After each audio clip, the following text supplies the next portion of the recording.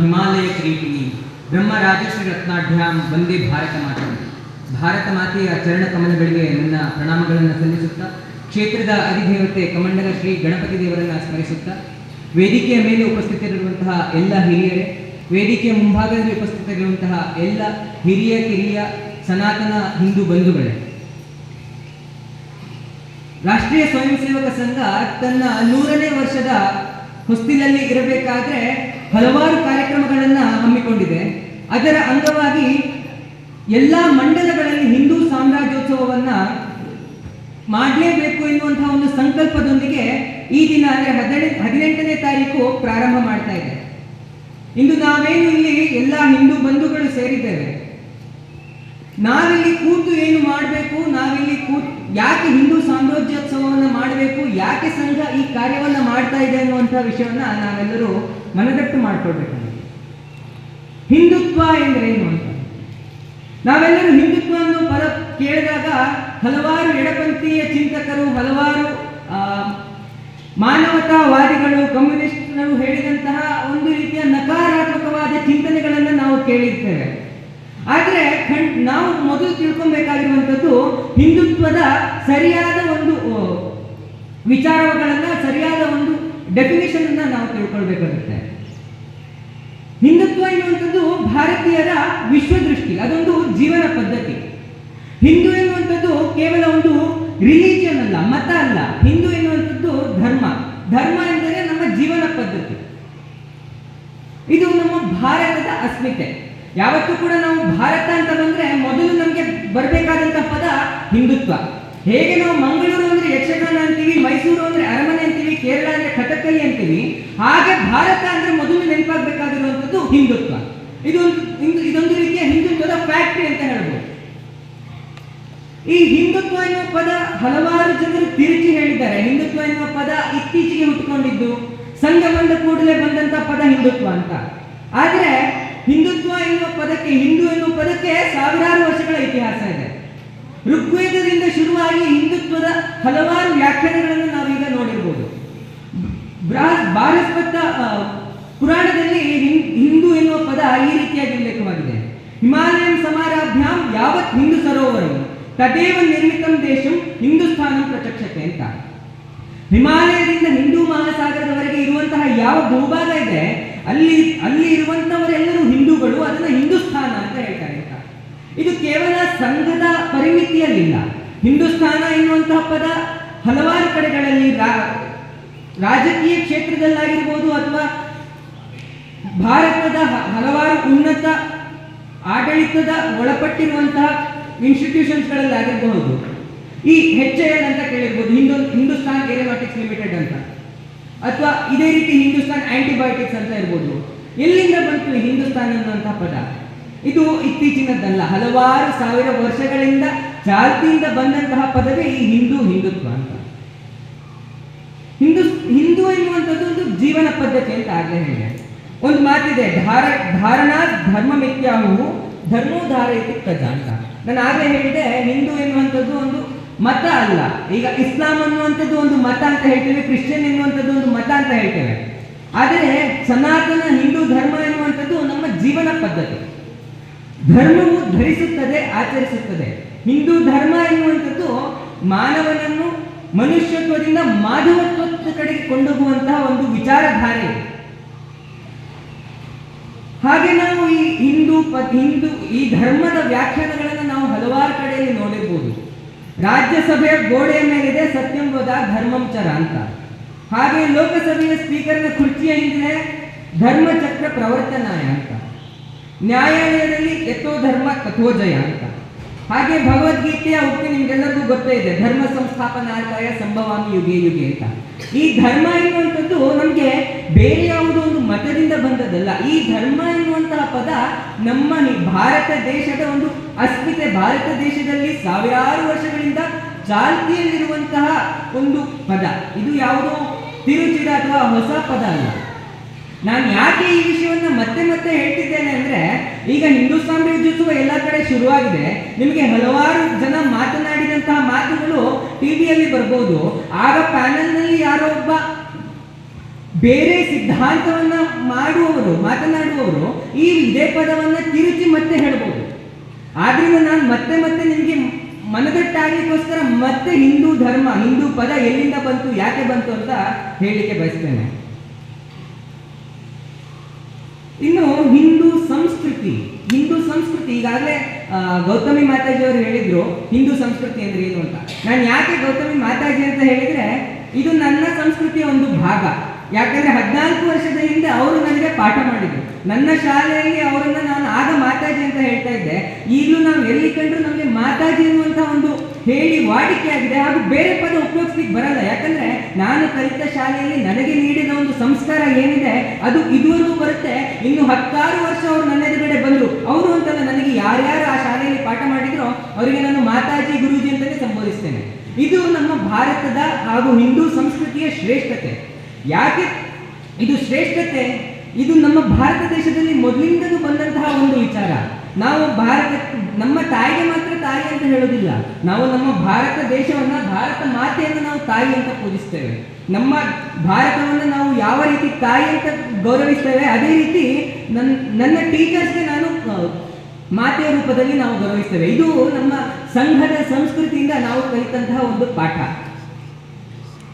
ಹಾಗೆಯೇ ಮಾತೆಗೆ ಕೊಡುವ ಗೌರವ ನಾವು ನಮ್ಮ ದೇಶಕ್ಕೂ ಕೊಡಬೇಕಾಗುತ್ತೆ. ಇದು ಕೇವಲ ಸಂಘದ ಶಾಲೆಯಲ್ಲಿ ಕಲಿತವರಿಗೆ ಮಾತ್ರ ಅಲ್ಲ, ನಾವೆಲ್ಲರೂ ನಮ್ಮ ಅಕ್ಕಪಕ್ಕದವರಿಗೆ, ನಮ್ಮ ಮನೆಯಲ್ಲಿರೋರಿಗೆ ಹಾಗೂ ಯಾರು ಇದರಿಂದ ಸ್ವಲ್ಪ ದೂರ ಉಳಿದಿದ್ದಾರೆ ಅವರಿಗೂ ಈ ವಿಚಾರವನ್ನು ತಲುಪಿಸಿದ್ರೆ ಮಾತ್ರ ಈ ನಮ್ಮ ಭಾರತದ ಸಂಸ್ಕೃತಿಯ ಪುನರುತ್ಥಾನ ಹಾಗೂ ಇದನ್ನು ಮುಂದುವರಿಸಿಕೊಂಡು ಹೋಗ್ಲಿಕ್ಕೆ ನಮಗೆ ಸಾಧ್ಯ ಆಗುತ್ತೆ. ಹಿಂದೂ ರಾಷ್ಟ್ರ ಎನ್ನುವಂತಹ ಪದವನ್ನು ನಾವೆಲ್ಲರೂ ಬಹಳ ಬಾರಿ ಕೇಳ್ಕೊಂಡು ಬಂದಿರ್ಬೋದು. ಏನಪ್ಪಾ ಈ ಹಿಂದೂ ರಾಷ್ಟ್ರ? ಇದೊಂದು ನಮ್ಮ ಅಖಂಡ ಭಾರತದ ಒಂದು ಸಂಕಲ್ಪ. ಹಿಂದೂ ರಾಷ್ಟ್ರ ಎನ್ನುವಂಥದ್ದು ಈಗಾಗಲೇ ನಾನು ಒಂದು ಶ್ಲೋಕವನ್ನು ಹೇಳಿದೆ. ಇನ್ನೊಂದು ಶ್ಲೋಕದಲ್ಲಿ ವೀರ ಸಾವರ್ಕರ್ ಅವರು ಹೇಳ್ತಾರೆ, ಆ ಸಿಂಧು ಪರ್ಯಂತ ಯಸ್ಯ ಭಾರತ ಭೂಮಿಕಾ ಪಿತೃಭು ಪುಣ್ಯಭೂಶ್ಚೈವ ಸರ್ವೇ ಹಿಂದೂ ಋತಿಸ್ಮೃತ ಅಂತ. ಅವರು ಕೂಡ ಅದರಲ್ಲಿ ಶ್ಲೋಕದಲ್ಲಿ ಹೇಳಿರುವಂಥದ್ದು, ಈ ಭಾರತ ಎನ್ನುವಂತಹ ಏನು ಭೂಭಾಗ ಇದೆ ಇದು ಕೇವಲ ಒಂದು ಭೂಭಾಗವಲ್ಲ, ಇದು ನಮ್ಮ ತಾಯಿಗೆ ಸಮಾನ. ಹಾಗೂ ಅಲ್ಲಿರುವವರೆಲ್ಲರೂ ಕೂಡ ಹಿಂದೂಗಳು ಅಂತ. ಭಾರತದಲ್ಲಿ ಹುಟ್ಟಿದ್ದಾರೆ, ಭಾರತದಲ್ಲಿ ಇರುವ ಸಂಸ್ಕಾರವನ್ನು ನಾವು ಪಡೆದುಕೊಳ್ತಿದ್ದೇವೆ ಅಂದ್ರೆ ಅದು ನಮ್ಮ ಭಾರತದ ಸಂಸ್ಕೃತಿ, ಅದು ಹಿಂದೂ ಸಂಸ್ಕೃತಿ. ನಮ್ಮ ಭಾರತದ ಒಂದು ತತ್ವ ಚಿಂತನೆ, ಸಂಸ್ಕೃತಿ ಇದು ಹೊಸದಲ್ಲ. ಇಡೀ ಜಗತ್ತು ಇನ್ನು ನಾಗರಿಕತೆಯನ್ನೇ ಕಂಡಿರಲಿಲ್ಲ. ಇಡೀ ಜಗತ್ತು ಬೇಯಿಸಿ ತಿನ್ನುವಂತಹ ಪದ್ಧತಿಯನ್ನೇ ಪಡೆದಿರಲಿಲ್ಲ. ಆ ಕಾಲದಲ್ಲಿ ನಮ್ಮ ಭಾರತದ ಋಷಿ ಮುನಿಗಳು ವೇದವನ್ನ ಬರೆದರು. ನಿಮ್ಗೆಲ್ಲರಿಗೂ ಗೊತ್ತಿದೆ, ಯಾರು ಈ ಭೂಮಿ ಸೂರ್ಯನ ಸುತ್ತ ತಿರುಗುತ್ತೆ ಅಂತ ಕಂಡುಹಿಡಿದಿದ್ದಾರೆ ಅಂದ್ರೆ ನಾವೇನ್ ಹೇಳ್ತೀವಿ? ಕೋಪರ್ನಿಕಸ್ ಅಂತ ಹೇಳ್ತೀವಿ. ಆದ್ರೆ ಯಾರು ಕಂಡುಹಿಡಿದಿದ್ದು ಅದನ್ನ ನಮ್ಮ ಪೂರ್ವಜರಾದ ವರಾಹಮಿಹಿರ, ಆರ್ಯಭಟ ಅವರು ಸಾವಿರಾರು ವರ್ಷಗಳ ಹಿಂದೆ ವೇದದಲ್ಲಿ ಉಲ್ಲೇಖಿಸಲಾಗಿದೆ. ಇದು ನಮ್ಮ ಭಾರತ ಸಂಸ್ಕೃತಿಯ ಒಂದು ಇತಿಹಾಸ ಹಾಗೂ ಶ್ರೇಷ್ಠತೆ. ವೇದ ಕಾಲದ ಋಷಿಗಳಿಂದ ಇರ್ಬೋದು, ವೇದ ಕಾಲದ ಋಷಿಗಳಿಂದ ಅಲ್ಲಮಪ್ರಭು ಬಸವಣ್ಣನವರಿಗೆ ಬಂದಿರುವಂತಹ ನಮ್ಮ ಹಿಂದೂ ಸಂಸ್ಕೃತಿ, ಕಲೆ, ಸಾಹಿತ್ಯ, ಸಂಸ್ಕೃತಿಗಳನ್ನ ಬಲಪಡಿಸಿದಂತಹ ಭರತ ಮುನಿ ಇರ್ಬೋದು ಹಾಗೂ ತ್ಯಾಗರಾಜರಿರ್ಬೋದು, ಸಂಸ್ಕೃತಿ ಸಮಾಜದ ರಕ್ಷಣೆ ಮಾಡಲು ಹೋರಾಡಿದಂತಹ ರಾಜ ದಾಯರಿಂದ ಹಿಡಿದು ರಾಣಾ ಪ್ರತಾಪ, ಛತ್ರಪತಿ ಶಿವಾಜಿ ಮಹಾರಾಜ್, ಛತ್ರಪತಿ ಸಂಭಾಜಿ ಮಹಾರಾಜ್ ಇರ್ಬೋದು, ಸಂಸ್ಕೃತಿಯನ್ನ, ಸಾಮ್ರಾಜ್ಯವನ್ನ ಕಟ್ಟು ಬೆಳೆಸಿದ ಚೋಳ ಚಾಲುಕ್ಯರಿಂದ ಹಿಡಿದು ವಿಜಯನಗರ ಸಾಮ್ರಾಜ್ಯದವರಿರ್ಬೋದು, ಇವರೆಲ್ಲರೂ ಪಾಲಿಸಿದ್ದು ಇದೇ ಹಿಂದೂ ಸಂಸ್ಕೃತಿಯನ್ನ, ಉಳಿಸಿ ಬೆಳೆಸಿದ್ದು ಇದೇ ಹಿಂದೂ ಸಂಸ್ಕೃತಿಯನ್ನ. ನಿಮ್ಗೆಲ್ಲರಿಗೂ ಗೊತ್ತಿರ್ಬೋದು, ಕೇವಲ 1 ತಿಂಗಳ ಹಿಂದೆ ವಂದೇ ಮಾತರಂ ಗೀತೆ ಬಹಳ ಚರ್ಚೆಯಲ್ಲಿತ್ತು. 150ನೇ ವರ್ಷದ ಒಂದು ಆಚರಣೆ ಅಂಗವಾಗಿ ನಮ್ಮ ಸಂಸತ್ತಿನಲ್ಲೂ ಬಹಳ ಚರ್ಚೆ ಆಯಿತು. ಅದನ್ನ ತಿರುಚಿ ಹಲವಾರು ವ್ಯಾಖ್ಯಾನಗಳನ್ನ ನೀಡೋದ್ರ ಮುಖಾಂತರ ವಿರೋಧಿಸುವವರನ್ನು ನಾವು ಕಂಡಿದ್ದೇವೆ. ಆದ್ರೆ ಇದೇ ವಂದೇ ಮಾತರಂ ಗೀತೆಯಲ್ಲಿ ನಾವೇನ್ ನೋಡಿದ್ದೇವೆ? ಅದರಲ್ಲಿ ನಾವು ನಮ್ಮ ಭಾರತೀಯನ ದುರ್ಗೆಗೆ, ಲಕ್ಷ್ಮಿಗೆ, ಸರಸ್ವತಿಗೆ ಹೋಲಿಸಿ ಒಂದು ತಾಯಿಯ ರೂಪದಲ್ಲಿ ಗೌರವ ನೀಡಿದ್ದೇವೆ. ಇದೇ ವಂದೇ ಮಾತರಂ ಗೀತೆ, ಯಾವುದಾದ್ರೂ ಒಂದು ಗೀತೆ ಇಡೀ ಭಾರತದ ಸ್ವಾತಂತ್ರ್ಯ ಹೋರಾಟದ ಒಂದು ಒಗ್ಗೂಡಿಕೆಗಾಗಿ ಒಂದು ರೀತಿಯ ಸಂಚಲನವನ್ನು ಮೂಡಿಸಿದೆ ಅಂದ್ರೆ ಅದು ಈ ವಂದೇ ಮಾತರಂ ಗೀತೆ. ಈ 150ನೇ ವರ್ಷದ ಹೊಸ್ತಿನಲ್ಲಿ ನಾನಿಲ್ಲಿ ಎಲ್ಲರನ್ನೂ ಕೇಳ್ಕೊಳ್ತೇನೆ, ದಯವಿಟ್ಟು ಶಾಲೆಯಲ್ಲಿ ನಾವೇನು ಒಂದು ಪ್ಯಾರ ಹಾಡ್ತಾ ಇದ್ವಿ ವಂದೇ ಮಾತರಂ, ಅದು ಮಾತ್ರ ವಂದೇ ಮಾತರಂ ಅಲ್ಲ, ಅದರಲ್ಲಿ ಇನ್ನೂ 4 ಚರಣಗಳಿದಾವೆ, ಅದನ್ನ ಕಲ್ತ್ಕೊಂಡು ನಿಮ್ಮ ಮಕ್ಕಳಿಗೂ ಹೇಳ್ಕೊಡಿ. ಆಗ ನಮ್ಮ ಭಾರತದ ಹಿರಿಮೆ ಗರಿಮೆ, ಭಾರತದ ಇತಿಹಾಸ ನಿಮಗೆ ತಿಳಿತದೆ ಅಂತ. ಈ ಹಿಂದುತ್ವ ಎನ್ನುವಂಥದ್ದು, ಹಿಂದೂ ಸಂಸ್ಕೃತಿ ಎನ್ನುವಂಥದ್ದು ಸಮಗ್ರ ಜೀವನ ದೃಷ್ಟಿಯ ಸಮುಚ್ಚಯ ಅಂತ ನಾನೇನು ಹೇಳಿದೆ. ಇದು ಕೇವಲ ಭಾರತಕ್ಕೆ ಸೀಮಿತವಾಗಿಲ್ಲ. ಇದೇ ಹಿಂದೂ ಸಂಸ್ಕೃತಿಯಲ್ಲಿ ನಾವೆಲ್ಲರೂ ಕೇಳಿದ್ದೇವೆ, ಅಯಂ ಯಜ ಪರೋವೇತಿ ಗಣನಾ ಲಘು ಚೇತಸಾಂ ಉದಾರ ಚರಿತಾನಾಂತು ವಸುಧೈವ ಕುಟುಂಬಕಂ ಅಂತ. ಅಂದ್ರೆ ಇದೇ ನಮ್ಮ ಹಿಂದೂ ಸಂಸ್ಕೃತಿ ನಮಗೆ ಹೇಳಿಕೊಡುತ್ತೆ, ಇಡೀ ವಸುಧೆ ಅಂದ್ರೆ ಇಡೀ ಭೂಮಿಯಲ್ಲಿರುವ ಎಲ್ಲದನ್ನು ನಮ್ಮ ಕುಟುಂಬ ಎಂದು ನಾವು ಪರಿಗಣಿಸಬೇಕು ಅಂತ. ಯಾವುದಾದ್ರೂ ಜಗತ್ತಿನಲ್ಲಿ ಒಂದು ಸಂಸ್ಕೃತಿ ಇದೆ, ಅದರಲ್ಲಿ ಮಾತೃದೇವೋಭವ, ಪಿತೃದೇವೋಭವ, ಆಚಾರ್ಯ ದೇವೋಭವ, ಹಾಗೆಯೇ ಅತಿಥಿ ದೇವೋಭವ ಅಂತ ಹೇಳುತ್ತೆ ಅಂತಾದ್ರೆ ಅದು ನಮ್ಮ ಭಾರತದ ಸಂಸ್ಕೃತಿ ಮಾತ್ರ. ಇನ್ನು ನಮ್ಮ ಹಿಂದುತ್ವದ ಒಂದು ವಿಶೇಷತೆ ಏನು? ಸರ್ವಭೂತ ಹಿತ ಅಂತ. ಸರ್ವಭೂತ ಹಿತ ಅಂದ್ರೆ ನಿಮ್ಗೆಲ್ಲರಿಗೂ ಗೊತ್ತಿರ್ಬೋದು. ನಾವೆಲ್ಲ ಹೇಳುವಂತಹ ಒಂದು ನೀವೆಲ್ಲರೂ ಒಂದು ದೇವಸ್ಥಾನದಲ್ಲಿ ಸಂಕಲ್ಪ ಮಾಡ್ತೀರಾ. ಸಂಕಲ್ಪ ಮಾಡಬೇಕಾದ್ರೆ ಏನು ಹೇಳ್ತಾರೆ? ನಮ್ಮ ಇಡೀ ದೇಶವನ್ನ, ಇಡೀ ಜಗತ್ತನ್ನು ನಾವು ಒಂದು ರೀತಿಯಾಗಿ ಹೇಳ್ತೇವೆ, ಶುಭೆ ಶೋಭನೆ ಮುಹೂರ್ತೆ ನಾವು ಯಾವ ಸಮಯದಲ್ಲಿ ಮಾಡ್ತಾ ಇದ್ದೇವೆ ಹಾಗೆ ಹೇಳ್ತೇವೆ. ಭರತ ಖಂಡೆ, ಇದು ನಾವು ಭಾರತ ಭೂಮಿಯನ್ನ ಆ ಪದ ಇದರಲ್ಲಿ ಹೇಳ್ತೇವೆ. ಜಂಬೂ ದ್ವೀಪೆ, ಹಾಗೆ ಅದರಲ್ಲಿ ಮತ್ತೆ ಹೇಳ್ತೇವೆ ಅಸ್ಮಾಕಂ ಸಕುಟುಂಬಾನಾಂ ಸಪರಿವಾರಾಣಾಂ. ಅದರ ಜೊತೆಗೆ ಇನ್ನೂ ಹೇಳ್ತೇವೆ ದ್ವಿಪದ ಚತುಷ್ಪದ ಅಂತ. ಏನಿದು? ನಾವೇನು ದುಡ್ಡು ಕೊಟ್ಟು ಪೂಜೆ ಮಾಡಿಸ್ಬೋದು, ಅರ್ಚನೆ ಮಾಡಿಸ್ಬೋದು, ಆದರೆ ಕೊನೆಯಲ್ಲಿ ಪುರೋಹಿತರು ಏನು ಹೇಳ್ತಾರೆ? ಸಕುಟುಂಬಾನಾಂ ಸಪರಿವಾರಾಣಾಂ ಅಂತ. ಅಂದ್ರೆ ನಮ್ಮವರು, ನಮ್ಮ ಕುಟುಂಬದವರು, ಎಲ್ಲ ನಮ್ಮ ಪರಿವಾರದವರು. ನಮ್ಮ ಪರಿವಾರದವರು ಅಂದ್ರೆ ಯಾರು? ಸರ್ವ ಹಿಂದೂಗಳು. ಎಲ್ಲ ಹಿಂದೂಗಳು ಕೂಡ, ಎಲ್ಲ ಹಿಂದೂಗಳನ್ನು ನಾವು ನಮ್ಮ ಪರಿವಾರ ಅಂತ ನಾವು ಗಣನೆಗೆ ತಗೊಳ್ತೇವೆ. ಹಾಗೆ ಅದ್ರ ಜೊತೆಗೆ ದ್ವಿಪದ ಚತುಷ್ಪದ, ನಾನೀಗಷ್ಟೇ ಹೇಳಿದೆ ಸರ್ವಭೂತ ಹಿತ ಅಂತ. ದ್ವಿಪದ ಚತುಷ್ಪದ, ಪ್ರಾಣಿ ಪಕ್ಷಿಗಳಿಗೂ ಯಾವುದಾದ್ರೂ ಒಂದು ಧರ್ಮದಲ್ಲಿ ನಾವು ಪ್ರಾರ್ಥನೆ ಮಾಡ್ತೇವೆ, ಪ್ರಾಣಿ ಪಕ್ಷಿಗಳಿಗೂ ನಾವು ಒಳ್ಳೇದಾಗಲಿ ಅಂತ ಕೇಳ್ಕೊಳ್ತೇವೆ ಅಂದ್ರೆ ಅದು ಕೇವಲ ನಮ್ಮ ಹಿಂದೂ ಧರ್ಮದಲ್ಲಿ ಮಾತ್ರ. ಹಾಗೆ ನಿಮ್ಗೆಲ್ಲರಿಗೂ ಶಾಂತಿ ಮಂತ್ರ ಗೊತ್ತಿರಬಹುದು. ಸರ್ವೇ ಭವಂತು ಸುಖಿನಃ, ಸರ್ವೇ ಸಂತು ನಿರಾಮಯಾಃ, ಸರ್ವೇ ಭದ್ರಾಣಿ ಪಶ್ಯಂತು ಮಾ ಕಶ್ಚಿತ್ ದುಃಖ ಭಾಗವೇ. ಇದು ನಮ್ಮ ಹಿಂದೂ ಧರ್ಮದ ವಿಶೇಷತೆ. ನಾವು ಯಾರು ಕೂಡ ಯಾರಿಗೊಬ್ರಿಗೆ ಕೆಟ್ಟದಾಗಲಿ ಅಂತ ನಾವು ಯಾವತ್ತೂ ಕೂಡ ಹೇಳೋದಿಲ್ಲ. ಇನ್ನೊಂದು ಮಾತಿದೆ, ನಾವು ಇನ್ನೊಂದು ಸಂಸ್ಕೃತ ಪದ ಇದೆ, ನನಗೀಗ ನೆನಪಾಗ್ತಿಲ್ಲ, ಆದರೆ ಅದರಲ್ಲಿ ನಾವೇನು ಹೇಳ್ತೇವೆ? ನನ್ನ ವಿರೋಧಿಗಳ ಮನಸ್ಸು ಸರಿಯಾಗಲಿ ಎನ್ನುವಂಥ ಒಂದು ಮಾತಿದೆ. ಅಂದ್ರೆ ನಾವು ವಿರೋಧಿಗಳಿಗೂ ಕೂಡ ಕೆಟ್ಟದ್ದು ಬಯಸೋದಿಲ್ಲ, ಆದರೆ ವಿರೋಧ ಯಾಕೆ ಮಾಡ್ತಾ ಇದ್ದಾರೆ, ಅವರ ಏನು ಕೆಟ್ಟ ಆಲೋಚನೆ ಇದೆ ಅದು ಸರಿಯಾಗಿ ಅವರು ಒಳ್ಳೆ ದಾರಿಯಲ್ಲಿ ಬರಲಿ ಅಂತ. ಇದು ಕೇವಲ ನಮ್ಮ ಹಿಂದೂ ಧರ್ಮದಲ್ಲಿ ಮಾತ್ರ ಸಾಧ್ಯ. ಇನ್ನು ನಮ್ಮ ಸಂಘದಲ್ಲಿ ಯಾವ ರೀತಿ ಒಂದು ಇದೇ ಭಾವೈಕ್ಯತೆಯ ಒಂದು ವಿಚಾರಧಾರೆಯನ್ನು ಹೇಳಿದ್ದಾರೆ. ಸಂಘದ ಒಂದು ಧ್ವಜ ಮಂತ್ರ ಓಂ ನಮೋಸ್ತುತೆ ಧ್ವಜಾಯ ಸಕಲ ಭುವನ ಜನಹಿತಾಯ ವಿಭವ ಸಹಿತ ವಿಮಲ ಚರಿತ್ರ ಬೋಧಕಾಯ ಮಂಗಲಾಯ ಓಂ ಸತತಂ ಓಂ ನಮೋಸ್ತುತೆ ಧ್ವಜಾಯ ಅಂತ. ಸಕಲ ಭುವನ ಜನಹಿತಾಯ, ಇಡೀ ಜಗತ್ತಿನಲ್ಲಿ ಯಾರ್ಯಾರಿದ್ದಾರೆ ಅವರೆಲ್ಲರಿಗೂ ಒಳ್ಳೆಯದಾಗಲಿ ಅಂತ. ಯಾರು ಕೂಡ ಸಂಘದನ್ನ ವಿರೋಧಿಸುವವರಿಗೆ ಕೆಟ್ಟದಾಗಲಿ ಅಂತ ಎಲ್ಲೂ ಕೂಡ ಯಾರು ಹೇಳಿಲ್ಲ. ನಾವು ಯಾವಾಗ ಯಾರಿಗಾರು ಒಳ್ಳೇದಾಗಲಿ ಅಂತ ಬೇಡ್ತೇವೆ, ಸಮಸ್ತ ಲೋಕ ಸುಖಿನೋ ಭವಂತು ಅಂತ ಯಾವಾಗ ಹೇಳ್ತೇವೆ, ಸಕಲ ಭುವನ ಜನಹಿತಾಯ ಅಂತ ಹೇಳ್ತೇವೆ, ಇಡೀ ಜಗತ್ತಿನಲ್ಲಿರುವವರೆಲ್ಲರಿಗೂ, ಇಲ್ಲಿ ಬಂದು ಕೂತವರಿಗೂ, ಬಾರದೇ ಇರಿದವರಿಗೂ, ವಿರೋಧ ಮಾಡಿದವರಿಗೂ, ನಮಗೆ ಕೆಟ್ಟದ್ದು ಬಯಸಿರೋರಿಗೂ ಒಳ್ಳೆಯದಾಗಲಿ ಅಂತ ಹೇಳುವಂತಹ ಯಾವುದಾದ್ರೂ ಒಂದು ಧರ್ಮ ಇದ್ರೆ ಅದು ನಮ್ಮ ಹಿಂದೂ ಧರ್ಮ. ಇದರಲ್ಲಿ ಧರ್ಮ ಅಂದರೆ ಕರ್ತವ್ಯ, ನಮ್ಮ ಏನೇನು ಮಾಡಬೇಕು, ನಾವೇನೇನು ಮಾಡಬಾರ್ದು, ಒಬ್ಬ ಹಿಂದೂವಾಗಿ ನಾವೇನು, ನಮ್ಮ ಕರ್ತವ್ಯ ಏನು. ಇದರಲ್ಲಿ ಒಂದು 3 ಅಂಶಗಳನ್ನು ಹೇಳ್ತೇನೆ. ಧರ್ಮದ ಅರಿವನ್ನು ನಾವು ಸರಿಯಾಗಿ ತಿಳ್ಕೊಬೇಕು. ಧರ್ಮ ಅಂತ ಬಂದರೆ ನಿಮಗೆ ಹಲವಾರು ರೀತಿಯ ಒಂದು ವ್ಯಾಖ್ಯಾನಗಳನ್ನು ನೀವು ಗಮನಿಸ್ಬೋದು. ಕೆಲವರು ರೀತಿ ಅದನ್ನು ವ್ಯಾಖ್ಯಾನಿಸ್ಬೋದು, ಆದರೆ ಅದರ ನಿಜವಾದ ಒಳ ಅರ್ಥವನ್ನು ನಾವು ಅರಿತು ನಮ್ಮ ಧರ್ಮವನ್ನು ಪಾಲನೆ ಮಾಡಬೇಕು, ನಮ್ಮ ಕರ್ತವ್ಯವನ್ನು ಪಾಲನೆ ಮಾಡಬೇಕು. ಹಾಗೆ ಧರ್ಮ ಆಚರಣೆಯನ್ನು ಸಮರ್ಪಕವಾಗಿ ಮಾಡಬೇಕು. ನಾನು ಯಾವುದೋ ಒಂದು ಸಂಕಲ್ಪ ಮಾಡ್ತೇನೆ ಅಂದರೆ ಕೇವಲ ಅದು ಸಂಕಲ್ಪವಾಗಿ ಉಳಿಬಾರ್ದು, ಅದು ಕಾರ್ಯರೂಪಕ್ಕೆ ಬರಬೇಕು. ಇದು ನಮ್ಮ ಹಿಂದೂ ಧರ್ಮದ ಬುನಾದಿ ಆಗುತ್ತೆ. ನಾವು ಯಾವಾಗಲೂ ನಾವು ಏನು ಸಂಕಲ್ಪ ಮಾಡ್ತೀವಿ ಅದನ್ನು ಕಾರ್ಯರೂಪಕ್ಕೆ ತಂದರೆ ಮಾತ್ರ ಹಿಂದೂ ಧರ್ಮದ ಒಂದು ಆಶಯ ಏನಿದೆ, ಸಕಲ ಭುವನ ಜನಹಿತಾಯ, ಅದು ಕಾರ್ಯರೂಪಕ್ಕೆ ಬರುತ್ತೆ. ಹಾಗೆ ಆಚಾರ ಧರ್ಮದ ಕಾಲಯೋಗ್ಯ ಸುಧಾರಣೆಗೆ ನಾವು ಮುಕ್ತರಾಗಿರ್ಬೇಕು ಅಂತ. ಯಾಕಂದ್ರೆ ನೀವು 100 ವರ್ಷದ ಹಿಂದೆ ನಮ್ಮ ಹಿಂದೂ ಧರ್ಮದಲ್ಲಿ ಯಾವ್ದು ಆಚಾರ ಪದ್ಧತಿಗಳಿದ್ದು, ಈಗ 2025ರಲ್ಲಿ 2026ರಲ್ಲಿ ಕೆಲವೊಂದು ಆಚರಣೆಗಳು ಬದಲಾವಣೆಯನ್ನು ಕಾಯ್ತಾ ಇರಬಹುದು. ಆ ಬದಲಾವಣೆಯನ್ನು ನಾವು ಮುಕ್ತರಾಗಿರ್ಬೇಕು ಅಂತ. ಕೆಲವೊಂದು ಪೂಜಾ ಪದ್ಧತಿ ಇರ್ಬೋದು ಅಥವಾ ಕೆಲವೊಂದು ಆಚರಣೆಗಳಿರ್ಬೋದು. ಉದಾಹರಣೆಗೆ ನಾವು ಜಾತಿ ವ್ಯವಸ್ಥೆಯನ್ನು ತಗೊಂಡ್ರೆ, ನಾವು ಈ ಸಮಯಕ್ಕೆ ಬೇಕಾದ ರೀತಿಯಲ್ಲಿ ಅದನ್ನು ಸ್ವಲ್ಪನಾದರೂ ನಾವು ಸಡಿಲಗೊಳಿಸಿ ಆ ಜಾತಿ ವ್ಯವಸ್ಥೆಯಿಂದ ದೂರ ಬಂದರೆ ಆಗ ನಮ್ಮ ಹಿಂದೂ ಧರ್ಮದ ಮೂಲ ಆಶಯ ಸಾಕಾರಗೊಳ್ಳುತ್ತೆ. ಕಾಳಿದಾಸರು ಒಂದು ಮಾತು ಹೇಳ್ತಾರೆ, ಪುರಾಣ ಮಿಥ್ಯವ ನಸಾಧು ಸರ್ವಂ ನಚಾಪಿತಾವ್ಯ ನವಮಿತ್ಯವಧ್ಯಂ ಅಂತ. ಅಂದ್ರೆ ಪುರಾಣಗಳು ಹಳೇದಾಗಿರ್ಬೋದು, ಆದರೆ ಹೊಸತುಗಳೆಲ್ಲದು ಕೆಟ್ಟದ್ದು ಅಂತಲ್ಲ ಅಂತ. ಅಂದ್ರೆ ನಾನೀಗ ಅಷ್ಟೇ ಏನು ಹೇಳಿದೆ, ಮುಕ್ತವಾಗಿರ್ಬೇಕು ಬದಲಾವಣೆಗೆ, ಆ ಬದಲಾವಣೆಗೆ ನಾವು ಹೊಂದ್ಕೊಳ್ಬೇಕು ಅಂತ. ಆದರೆ ನಾವು ಯಾವ ಮಟ್ಟಕ್ಕೆ ಬದಲಾವಣೆ ತರಲಿಕ್ಕೆ ಹೋಗ್ತಾ ಇದ್ದೀವಿ ಅಂದ್ರೆ ಪುರಾಣ ಮಿಥ್ಯವ ಅಸಾಧು ಸರ್ವಂ ಅಂತ. ಆ ರೀತಿಯಾಗಿ ಬದಲಾವಣೆಯನ್ನು ಕಾಣಲಿಕ್ಕೆ ಅಂದ್ರೆ ನಮ್ಮ ಧರ್ಮವನ್ನೇ ತ್ಯಜಿಸಬೇಕು ಅಂತ ಹೊರಟವರು ಇದ್ದಾರೆ. ಇದನ್ನು ನಾವು ತಡೆಗಟ್ಟಬೇಕು ಅಂದ್ರೆ ಈ ರೀತಿಯ ಹಿಂದೂ ಸಮಾಜೋತ್ಸವದಲ್ಲಿ ನಾವು ನಮ್ಮ ಹಿಂದುತ್ವದ ನಿಜವಾದ ವಿಚಾರಧಾರೆಗಳನ್ನು ಉಪಯೋಗಿಸಿ ಅಥವಾ ಅದನ್ನ ವಿಚಾರಧಾರೆಗಳನ್ನು ಅರ್ಥೈಸಿಕೊಂಡು ನಾವು ಮುಂದಿನ ಹೆಜ್ಜೆಯನ್ನು ಇಡಬೇಕಾಗುತ್ತೆ.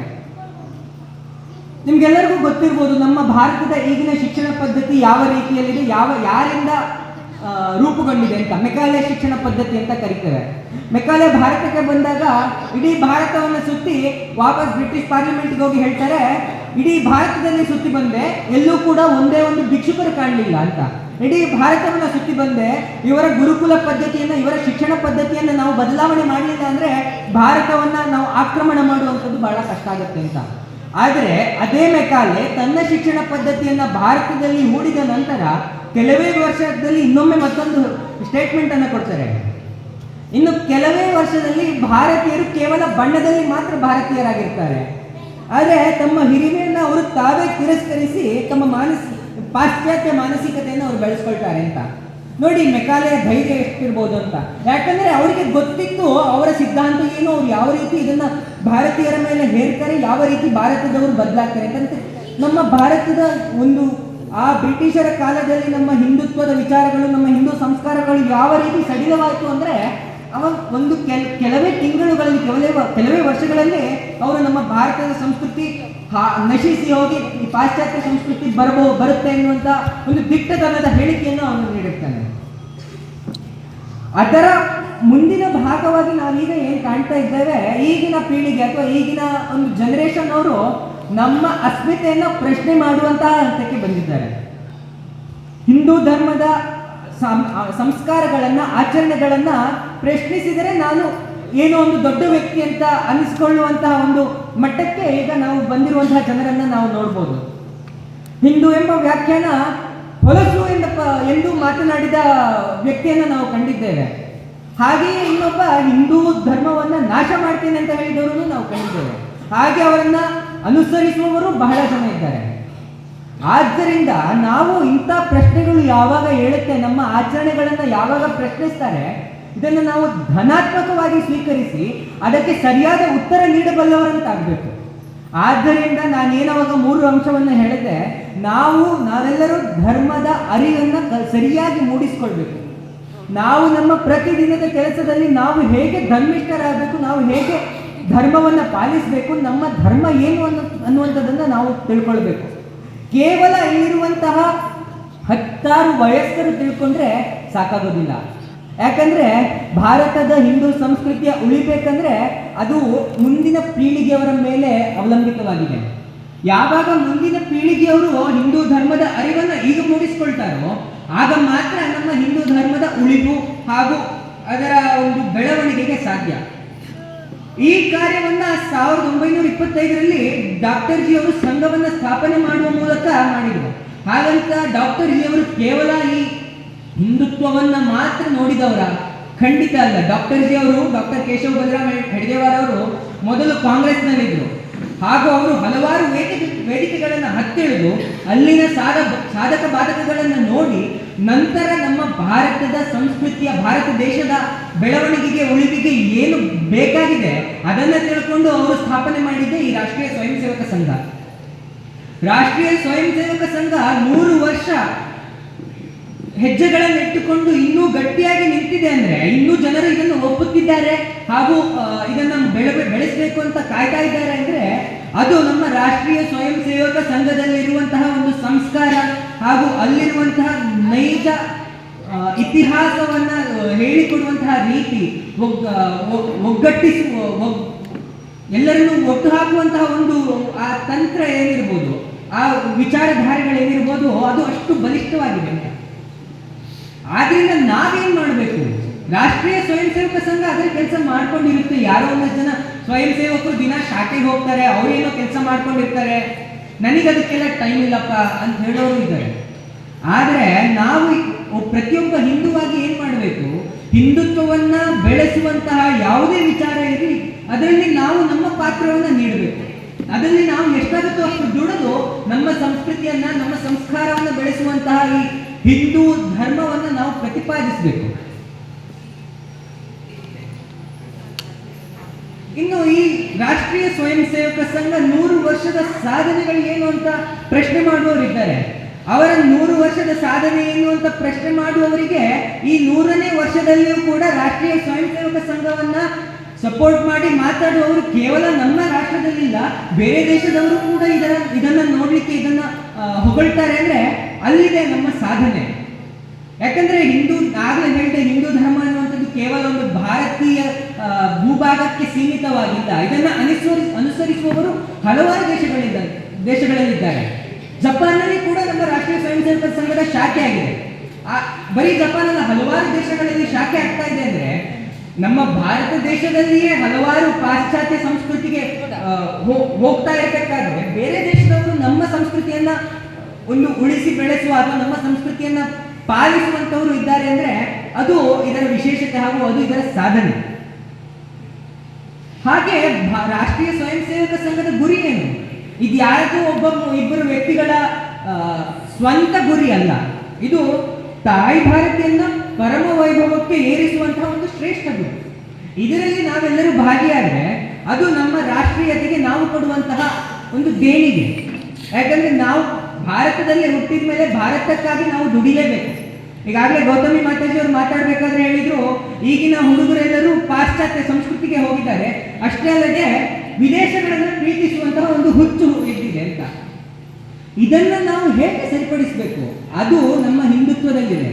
ನಮ್ಮ ಹಿಂದುತ್ವವನ್ನು ನಾವು ಆಳ ಅಗಲವನ್ನು ಸರಿಯಾಗಿ ಅರ್ಥೈಸಿಕೊಂಡ್ರೆ ಖಂಡಿತವಾಗಿ ಭಾರತದಿಂದ ಬೇರೆ ದೇಶಕ್ಕೆ ಹೋಗಿ ಕೆಲಸ ಹುಡುಕುವ ಒಂದು ಇದು ಕಮ್ಮಿಯಾಗಿ ಹೋಗುತ್ತೆ. ಆದ್ರಿಂದ ನಾವು ಮತ್ತೆ ಹೇಳ್ತೇನೆ, ನಾವೇನ್ ಮಾಡಬೇಕು? ನಾವು ಮೊದಲು ಧರ್ಮದ ಅರಿವನ್ನು ನಾವು ಮೂಡಿಸ್ಕೊಳ್ಬೇಕು. ಹಾಗೆ ನಮ್ಮ ಮಕ್ಕಳಿಗೂ ನಮ್ಮ ಸುತ್ತಮುತ್ತಲಿರುವವರಿಗೂ ನಾವು ಅದೇ ಧರ್ಮದ ಒಂದು ಅರಿವನ್ನು ಮೂಡಿಸ್ಬೇಕು. ಆದರೆ ಇದು ಬಹಳ ಸುಲಭದ ಕಾರ್ಯ ಏನಲ್ಲ. ಯಾಕಂದ್ರೆ ಹಿಂದೂ ಧರ್ಮವನ್ನು ವಿರೋಧಿಸುವವರು ಬಹಳ ಇದ್ದಾರೆ. ಅದು ಯಾವುದೋ ಬೇರೆ ಮತದವರಾಗಬೇಕು ಅಂತ ಇಲ್ಲ.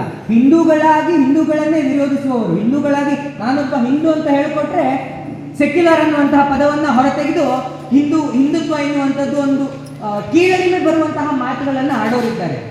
ಆದರೆ ಮತ್ತೆ ಹೇಳ್ತೇನೆ, ನಾವೆಲ್ಲರೂ ಅದನ್ನು ಧನಾತ್ಮಕವಾಗಿ ಸ್ವೀಕರಿಸಬೇಕು. ಹಾಗೆ ಯಾರು ಈ ರೀತಿ ಕೀಳರಿಮೆಯ ಮಾತುಗಳನ್ನು ಆಡ್ತಾರೆ ಅವರಿಗೆ ಈ ಹಿಂದುತ್ವದ ನೈಜ ವಿಚಾರಧಾರೆಗಳನ್ನು ನಾವು ಅರ್ಥೈಸಬೇಕಾಗುತ್ತೆ.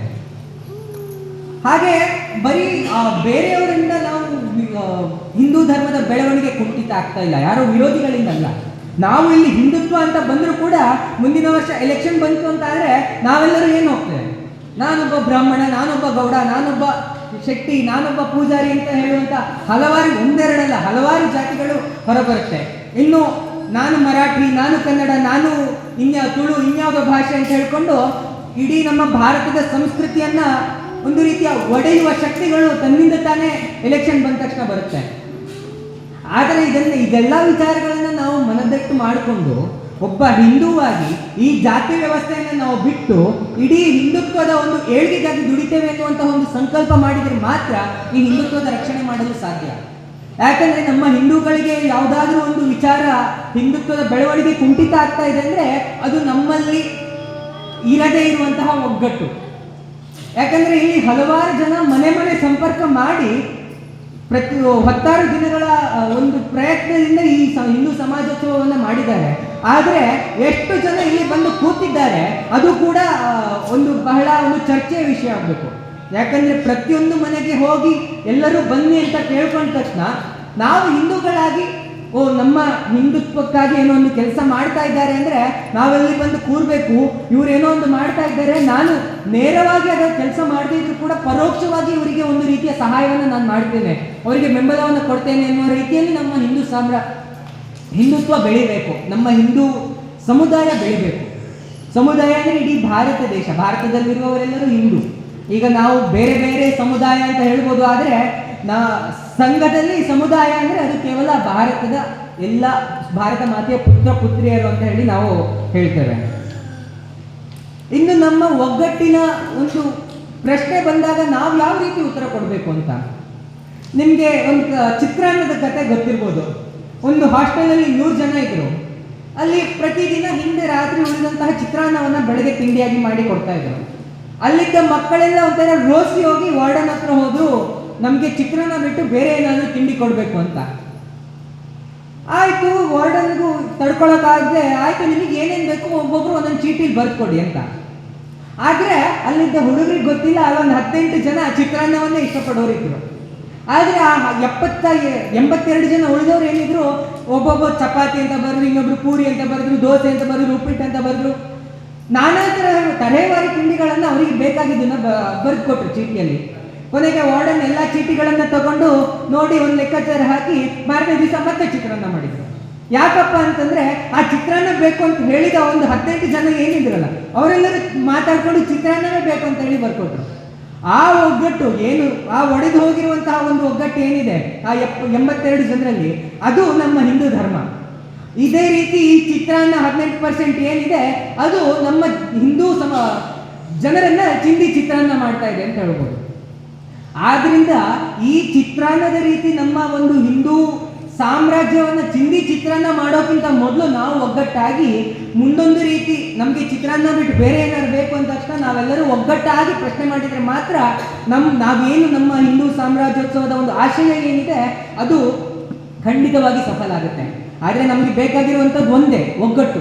ಇದನ್ನು ನಾವು ಮತ್ತೆ ಮತ್ತೆ ಹೇಳ್ಬೋದು. ಪ್ರತಿ ವರ್ಷವೂ ಹಿಂದೂ ಸಾಮ್ರಾಜ್ಯೋತ್ಸವದಲ್ಲಿ ಹೇಳಿದ್ರು ಕೂಡ ಎಲೆಕ್ಷನ್ ಬಂದ ತಕ್ಷಣ ಮತ್ತೆ ನಮಗೆ ನೆನಪಾಗುವಂಥದ್ದು ನಮ್ಮ ಜಾತಿಯೇ. ಆದರೆ ನಾವು ಈ ವರ್ಷ ಸಂಘದ 100ನೇ ವರ್ಷದ ಹೊಸ್ತಿಲಲ್ಲಿ ನಿಂತು ನಾವೆಲ್ಲರೂ ಒಂದು ಸಂಕಲ್ಪ ಮಾಡಬೇಕು, ನಾವು ಹಿಂದೂಗಳೆಲ್ಲರೂ ಒಟ್ಟಾಗಿ ನಿರ್ಣಯವನ್ನು ತಗೊಳ್ತೇವೆ ಜಾತಿಯ ಮೇಲಲ್ಲ ಅಂತ. ಇದೊಂದೇ ಜಾತಿ ವ್ಯವಸ್ಥೆ ಒಂದೇ ನಮ್ಮ ಹಿಂದೂಗಳ ಮಾರಕ ಖಂಡಿತ ಅಲ್ಲ. ನಿಮ್ಗೆಲ್ಲರಿಗೂ ಗೊತ್ತಿರ್ಬೋದು ವೋಕಿಸಮ್ ಅನ್ನುವಂಥ ಒಂದು ಬಹಳ ಚಿಂತೆ ಹುಟ್ಟು ಮಾಡುವಂತಹ ಒಂದು ಸಿದ್ಧಾಂತ ಅಂತ ಹೇಳ್ಬೋದು.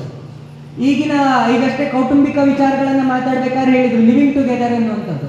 ಅದರ ಜೊತೆಗೆ LGBTQ ಅನ್ನುವಂತಹ ಒಂದು ಮಾನಸಿಕತೆ ಏನು ಅದನ್ನು ಹೇಳ್ಬೋದು, ಅದು ನಮ್ಮ ಹಿಂದೂ ಸಂಸ್ಕಾರವನ್ನು ಹಿಂದೂ ಸಂಸ್ಕೃತಿಯನ್ನು ಒಡೆಯುವಂಥ ಕೆಲಸ ಮಾಡ್ತಾ ಇದೆ. ಇದು ಈಗಿನ ಜನರೇಷನ್ ಅವರಿಗೆ ಗೊತ್ತಿಲ್ಲದೆ ಇರ್ಬೋದು ಎಷ್ಟೋ ಜನರಿಗೆ, ಏನಪ್ಪ ಇದು LGBTQ, ಏನಪ್ಪ ಇದು ವೋಕಿಸಮ್, ಏನಪ್ಪ ಇದು ಪಾಶ್ಚಾತ್ಯ ಸಂಸ್ಕೃತಿ ಅಂತ. ಯಾಕಂದ್ರೆ ಈ ಕೊಪ್ಪದಂತಹ ಕೆಸುವಂತಹ ಗ್ರಾಮದಲ್ಲಿ ಇದು ಇನ್ನೂ ಮನೆಗೆ ತಲುಪದೇ ಇರ್ಬೋದು. ಆದರೆ ನಿಮ್ಮ ಮಕ್ಕಳು ಯಾರು ಬೆಂಗಳೂರಿಗೆ ಅಥವಾ ಒಂದು ಸಿಟಿಯಲ್ಲಿ ಇದ್ದಾರೆ ಅವರಿಗೆ ಖಂಡಿತವಾಗಿ ಗೊತ್ತಿರುತ್ತೆ. ಈ ಪಾಶ್ಚಾತ್ಯ ಸಂಸ್ಕೃತಿಗಳನ್ನು ಅವ್ರು ಯಾರ್ಯಾರು ಆಗಲೇ ಕೌಟುಂಬಿಕ ವಿಚಾರದಲ್ಲಿ ಮಾತಾಡಬೇಕಾದ್ರೆ ಹೇಳಿದ್ರು, ಮಕ್ಕಳು ಪಾಶ್ಚಾತ್ಯ ಸಂಸ್ಕೃತಿಗೆ ಹೋಗ್ತಾ ಇದ್ದಾರೆ, ವಿದೇಶಕ್ಕೆ ಹೋಗ್ತಾ ಇದ್ದಾರೆ. ಇದೆಲ್ಲ ಎಲ್ಲಿಂದ ಬರುತ್ತೆ? ಇದೆಲ್ಲವೂ ಈಗಿನ ವೋಕಿಸಮ್ ಅನ್ನುವಂಥ ಒಂದು ಸಿದ್ಧಾಂತ. ನಮಗೆ ಪಿಜ್ಜಾ ಬರ್ಗರ್ ನೋಡಿದ ತಕ್ಷಣ ನಮಗೆ ಅದೇ ಬೇಕು ಅಂತ ಯಾವಾಗ ಅನ್ಸ್ಲಿಕ್ಕೆ ಶುರುವಾಗುತ್ತೆ, ಅಲ್ಲಿಂದ ಶುರುವಾಯಿತು ನಮ್ಮ ಈ ಪಾಶ್ಚಾತ್ಯ ಸಂಸ್ಕೃತಿಯ ಒಂದು ವೈಭವೀಕರಣ ಅಂತ ಹೇಳ್ಬೋದು. ಆದರೆ ಯಾವಾಗ ನಾವು ಹಿಂದೂ ಸಮಾಜದವರು ಒಂದು ಚಿಂತನೆಯನ್ನು ಮಾಡಿ ಈ ಪಾಶ್ಚಾತ್ಯ ಸಂಸ್ಕೃತಿಯನ್ನು ಆದಷ್ಟು ದೂರ ಇಡ್ತೇವೋ ಆಗ ಮಾತ್ರ ಹಿಂದೂ ಸಾಮ್ರಾಜ್ಯೋತ್ಸವದ ಆಶಯ ಪೂರೈಸುತ್ತೆ ಅಂತ ಹೇಳ್ಬೋದು. ಆದ್ರಿಂದ ಇಲ್ಲಿರುವಂತಹ ಮಾತೆಯರು, ಇಲ್ಲಿರುವಂತಹ ಎಲ್ಲ ಹಿಂದೂ ಬಾಂಧವರು ಮಾಡಬೇಕಾಗಿರುವಂತಹ ಕೆಲಸ ಆದ್ರೂ ಏನು, ತಮ್ಮ ಮಕ್ಕಳು ಯಾರ್ಯಾರು ಹೊರಗಡೆ ಇದ್ದಾರೆ ಅಥವಾ ಕೊಪ್ಪ ತನಕನೂ ಬಂದಿರ್ಬೋದು, ಅದು ನಿಮ್ಮ ಮನೆಗೆ ತಲುಪದೇ ಇರ್ಬೋದು ಅಥವಾ ಇನ್ನು ಕೆಲವರು ಅದನ್ನ ನೋಡಿರ್ಬೋದು. ಅದು ಕೇವಲ ಒಂದು ಪಾಶ್ಚಾತ್ಯ ಸಂಸ್ಕೃತಿ ಅಂತಲ್ಲ, ಅದು ಲವ್ ಜಿಹಾದ್ ಆಗಿರ್ಬೋದು, ಆ ರೀತಿಯಾದಂತಹ ಮತಾಂಧ ಚಿಂತನೆಗಳೇನಿರ್ಬೋದು ಅದನ್ನೆಲ್ಲ ನಾವು ಸರಿಯಾದ ರೀತಿಯಲ್ಲಿ ಚರ್ಚಿಸಿ ಯೋಚಿಸಿ ಅದನ್ನು ಹೇಗೆ ನಾವು ಮಟ್ಟ ಹಾಕ್ಬೋದು ಅಂದರೆ ನಾವು ನಮ್ಮ ಮನೆಗಳನ್ನು ಮೊದಲು ಸರಿ ಮಾಡ್ಕೊಳ್ಬೇಕು. ಸಂಘದ ಪಂಚ ಪರಿವರ್ತನೆಗಳಲ್ಲಿ ಒಂದಾದ ಕುಟುಂಬ ಪ್ರಬೋಧನೆ ಈಗಾಗಲೇ ಮಾತಾಡಿದ್ರು. ಅದನ್ನು ನಾವು ಮೊದಲನೇದಾಗಿ ಸರಿಯಾಗಿ ತಿಳ್ಕೊಂಡ್ರೆ, ಕುಟುಂಬ ಪ್ರಬೋಧನದ ಆಶಯ ಹಾಗೂ ವಿಚಾರಧಾರೆಗಳನ್ನು ನಾವು ಮನದಟ್ಟು ಮಾಡಿಕೊಂಡ್ರೆ ಖಂಡಿತವಾಗಿ ಈ ಹಿಂದೂ ಸಾಮ್ರಾಜ್ಯೋತ್ಸವದ ಒಂದು ಆಶಯ ಈಡೇರುತ್ತೆ ಅಂತ ಹೇಳ್ಬೋದು. ಇದಷ್ಟೇನಾ? ಖಂಡಿತ ಅಲ್ಲ. ನಾನು ಆಗಲೇ ಹೇಳಿದೆ, ಭಾರತ ಅಂದರೆ ಹಿಂದುತ್ವ, ಹಿಂದುತ್ವ ಅಂದರೆ ಭಾರತ ಅಂತ. ಇದೇ ಹಿಂದುತ್ವದ ಒಂದು ಭದ್ರ ಬುನಾದಿ ಆಗಬೇಕಂದ್ರೆ ನಮ್ಮಲ್ಲಿರುವಂತಹ ಒಂದು ಸ್ವದೇಶಿ ಭಾವ ಹೊರಬರಬೇಕು.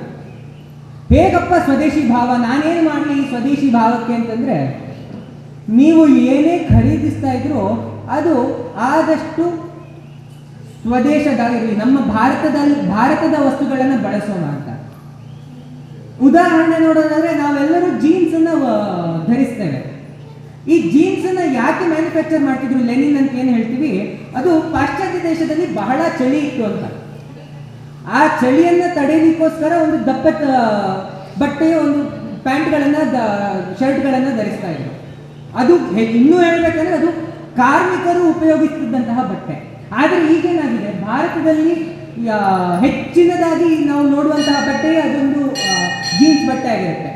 ಅದರ ಬದಲು ನಾವು ಆದಷ್ಟು ಖಾದಿಯನ್ನು ನಮ್ಮ ಉಡುಪಾಗಿರುವಂತಹ, ನಮ್ಮ ಸ್ವದೇಶಿ ಉಡುಪು, ನಮ್ಮ ಧರ್ಮದ ಉಡುಪಾಗಿರುವಂತಹ ಪಂಚಗಳನ್ನು ನಾವು ಯಾಕೆ ಉಪಯೋಗಿಸಬಾರ್ದು? ನಾವು ದೇವಸ್ಥಾನಗಳಿಗೆ ಹೋಗ್ಬೇಕಾದ್ರೆ ನೋಡಿದ್ದೇವೆ, ಈಗ ಎಷ್ಟು ಮೊದಲು ಪ್ಯಾಂಟ್ ಹಾಕೊಳ್ತಿದ್ದಾರೆ ಅಂತ ನಾವು ಯೋಚನೆ ಮಾಡ್ತಿದ್ವಿ, ಆದ್ರೆ ಈಗ ಚಡ್ಡಿ ತನಕ ಬಂದಿದ್ದಾರೆ. ಈ ದೇವಸ್ಥಾನಕ್ಕೆ ಹೋಗುವಾಗ ನಾವು ಯಾವ ರೀತಿ ಉಡುಪನ್ನು ಧರಿಸಬೇಕು ಅದನ್ನು ನಾವು ಮೊದಲು ತಿಳ್ಕೊಳ್ಬೇಕು. ನಮ್ಮ ಮಕ್ಕಳು ಯಾರಾದರೂ ದೇವಸ್ಥಾನಕ್ಕೆ ಪೂರಕವಲ್ಲದ ಬಟ್ಟೆಗಳನ್ನು ಧರಿಸ್ಕೊಂಡು ಹೋಗ್ತಾ ಇದ್ರೆ ನಾವು ಅದನ್ನು ಅವರಿಗೆ ತಿಳಿ ಹೇಳಬೇಕು, ಯಾವ ರೀತಿ ಬಟ್ಟೆ ಧರಿಸಿ ನಾವು ದೇವಸ್ಥಾನಕ್ಕೆ ಹೋಗ್ಬೇಕು ಅಂತ. ಆದ್ರಿಂದ ಇದೆಲ್ಲ ಸಣ್ಣ ಸಣ್ಣ ವಿಚಾರಗಳು ನಮ್ಮ ಹಿಂದೂ ಸಾಮ್ರಾಜ್ಯದ ಒಂದು ಉನ್ನತಿಗೆ ಕಾರಣವಾಗುತ್ತೆ. ನಾವು ಹಿಂದೂ ಸಾಮ್ರಾಜ್ಯೋತ್ಸವ, ಹಿಂದುತ್ವ ಅಂದ್ರೆ ಎಲ್ಲರೂ ದೊಡ್ಡ ದೊಡ್ಡ ಕೆಲಸಗಳನ್ನೇ ಮಾಡ್ಬೇಕಂತಿಲ್ಲ. ಯಾಕಂದ್ರೆ ಅವರಿಗೆ ಅವರದೇ ಆದಂತಹ ಒಂದಷ್ಟು ಸವಾಲುಗಳಿರುತ್ತೆ, ಅವರಿಗೆ ಅವರದೇ ಆದಂತಹ ಒಂದು ಪರಿಮಿತಿ ಇರುತ್ತೆ. ಆದರೆ ತಮ್ಮ ಪರಿಮಿತಿಯಲ್ಲಿದ್ದು ಹೇಗೆ ನಾನು ಹಿಂದುತ್ವಕ್ಕಾಗಿ ಕೆಲಸ ಮಾಡ್ಬೋದು ಅದನ್ನು ನಾವೆಲ್ಲರೂ ಒಮ್ಮೆ ಯೋಚಿಸಿ, ನಾನು ಈ ರೀತಿಯಾಗಿ ನನ್ನ ಕೆಲಸಗಳನ್ನು ಮಾಡ್ತೇನೆ, ನಾನು ಈ ರೀತಿಯಾದಂತಹ ಕೆಲಸಗಳನ್ನು ಮಾಡಿದರೆ ನನ್ನ ಧರ್ಮ ಉಳಿಯುತ್ತೆ ಅಂತ ಹೇಳುವಂತಹ ಒಂದು ಭಾವನೆ ನಿಮ್ಗೆಲ್ಲರಿಗೂ ಬರಬೇಕಾಗುತ್ತೆ. ಆದ್ರಿಂದ ಇಲ್ಲಿ ಯಾರ್ಯಾರು ನೀವು ಸೇರಿದ್ದೀರಿ, ಈ ಎಲ್ಲ ಸಣ್ಣ ಸಣ್ಣ ವಿಚಾರಗಳನ್ನು ಮೊದಲು ನಮ್ಮ ಮೈಗೂಡಿಸಿಕೊಂಡು ಮುಂದಿನ ದಿನಗಳಲ್ಲಿ ಆದಷ್ಟು ನಾವು ಹಿಂದುತ್ವಕ್ಕಾಗಿ ನಮ್ಮ ದಿನದ 1 ಗಂಟೆಯನ್ನಾದರೂ ನಾವು ಸಮರ್ಪಣೆ ಮಾಡಿದರೆ ಆಗ ನಮ್ಮ ಭಾರತ ದೇಶ ಪರಮ ವೈಭವವನ್ನು ತಲುಪುತ್ತೆ. ನಾವು ಬೇರೆ ದೇಶದ ಬಗ್ಗೆ ಮೊದಲು ಮಾತನಾಡುವ ಬದಲು ನಮ್ಮ ದೇಶಕ್ಕೆ ನಾವೇನು ಕೊಡುಗೆ ಕೊಡ್ಬೋದು, ನಮ್ಮ ಧರ್ಮ ಉಳಿಬೇಕು ಅಂದರೆ ನಾವೇನು ಕೊಡುಗೆ ಕೊಡ್ಬೋದು, ನಾವು ಹೇಗೆ ಒಗ್ಗಟ್ಟಲ್ಲಿ ಇರ್ಬೋದು ಅಂತ ತಿಳ್ಕೊಳ್ಬೇಕಾಗುತ್ತೆ. ನಾವು ಈ ಒಗ್ಗಟ್ಟನ್ನು ಮುರಿಯುವಂಥ ಶಕ್ತಿಗಳು ಬಹಳ ಇದ್ದಾವೆ. ಒಂದು ಉದಾಹರಣೆ ಕೊಡೋದಾದ್ರೆ, ಕೊಪ್ಪದ ಒಬ್ಬ ವಕೀಲರು, ಕೊಪ್ಪದ ಒಂದು ಸರ್ಕಾರಿ ಕಚೇರಿಯಲ್ಲಿ ಕೆಲಸ ಮಾಡುವಂಥವರು ಒಂದು ರಕ್ಷಾಬಂಧನದ ಆಚರಣೆಗೆ ಹೋಗಿದ್ರು ಅಂತ ಕಚೇರಿಗೆ ಬಂದು ಧಮಕಿ ಹಾಕ್ತಾರೆ. ಅವರು ಯಾವುದೇ ರೀತಿಯ ಸರ್ಕಾರಿ ಕಚೇರಿಗೆ ಸಂಬಂಧಪಟ್ಟವರಲ್ಲ, ಅವರು ಇನ್ನೊಂದು ಸಿದ್ಧಾಂತವನ್ನ ಫಾಲೋ ಮಾಡುವಂಥವರು. ಎಷ್ಟು ಧೈರ್ಯದಿಂದ ಈ ಕಚೇರಿಗೆ ಬಂದು ನೀವು ಹೇಗೆ ಹಿಂದುತ್ವದ ಕೆಲಸ ಮಾಡ್ತೀರಾ ಅಂತ ಹೇಳುವಂತಹ ಪರಿಸ್ಥಿತಿಗೆ ನಾವೀಗ ಬಂದು ತಲುಪಿದ್ದೇವೆ. ಆ ವ್ಯಕ್ತಿ ಇನ್ನೊಮ್ಮೆ ಇದೇ ರೀತಿ ಯಾರಾದರೂ ರಕ್ಷಾಬಂಧನ ಆಚರಣೆ ಮಾಡ್ತಾ ಇದ್ದಾರೆ ಅಂದ್ರೆ ಅದರಲ್ಲಿ ಯಾವ ರೀತಿಯಾದಂತಹ ತೊಂದರೆ ಆಗುತ್ತೆ ಅಂತ ನನಗಂತೂ ಗೊತ್ತಾಗಲಿಲ್ಲ. ಯಾಕಂದ್ರೆ ಸಂಘ ರಕ್ಷಾಬಂಧನವನ್ನು ಯಾಕೆ ಆಚರಿಸುತ್ತೆ? ಸರ್ವರನ್ನು ಭಾವೈಕ್ಯತೆಯಿಂದ, ಸರ್ವರನ್ನು ಬಂಧುಗಳಂತೆ ಅದನ್ನು ಬಂಧಿಸುತ್ತೆ. ಯಾವುದೇ ರೀತಿಯಾದಂತಹ ಪ್ರಚೋದನಕಾರಿ ಕೆಲಸವೂ ಅಲ್ಲ. ಆದರೆ ಕೇವಲ ರಕ್ಷಾಬಂಧನಕ್ಕೆ ಹೋಗಿದ್ದಾರೆ ಅಂದರೆ ಅವರು ಪ್ರಶ್ನೆ ಮಾಡ್ತಾರೆ, ಮುಂದೊಂದು ದಿನ ಇದೇ ರೀತಿ ಯಾವ್ದಾದ್ರು ಕೆಲಸಕ್ಕೆ ಹೋದ್ರೆ ನಿಮ್ಮನ್ನ ಕೆಲಸದಿಂದ ತೆಗೆದುಹಾಕ್ತೇವೆ ಅನ್ನುವಂಥ ಒಂದು ಬೆದರಿಕೆ ನೋಡ್ತಾರೆ. ಅಂದರೆ ಅಷ್ಟು ನಾವು ಹಿಂದುಳಿದಿದ್ದೇವೆ, ನಾವು ಅಷ್ಟು ಒಗ್ಗಟ್ಟಿನಲ್ಲಿ ಹಿಂದುಳಿದಿದ್ದೇವೆ. ನಾವೇನಾದರೂ ಒಗ್ಗಟ್ಟಾಗಿ ಕೆಲಸ ಮಾಡಿದರೆ ಖಂಡಿತವಾಗಿ ಈ ರೀತಿಯಾದಂತಹ ಸಮಾಜ ಘಾತುಕರು ಹೆದರಬೇಕು. ಮುಂದೊಂದು ದಿನ ಬೆದರಿಕೆ ಹಾಕಬೇಕಾದ್ರೆ ಹೆದರಬೇಕು. ಆದ್ರಿಂದ ಮತ್ತೊಮ್ಮೆ ನಾನು ಹೇಳ್ತಾ ಇದ್ದೇನೆ, ಇಲ್ಲಿ ನಿಂತು ನಾವೆಲ್ಲರೂ ಒಂದು ಸಣ್ಣ ಸಂಕಲ್ಪವನ್ನು ಮಾಡಬೇಕು. ಈ ಗಣಪತಿ ಎದುರು ಒಂದು ಪ್ರಾರ್ಥನೆಯನ್ನು ಸಲ್ಲಿಸಬೇಕಾದ್ರೆ ಒಂದು ಸಂಕಲ್ಪ ಮಾಡೋಣ.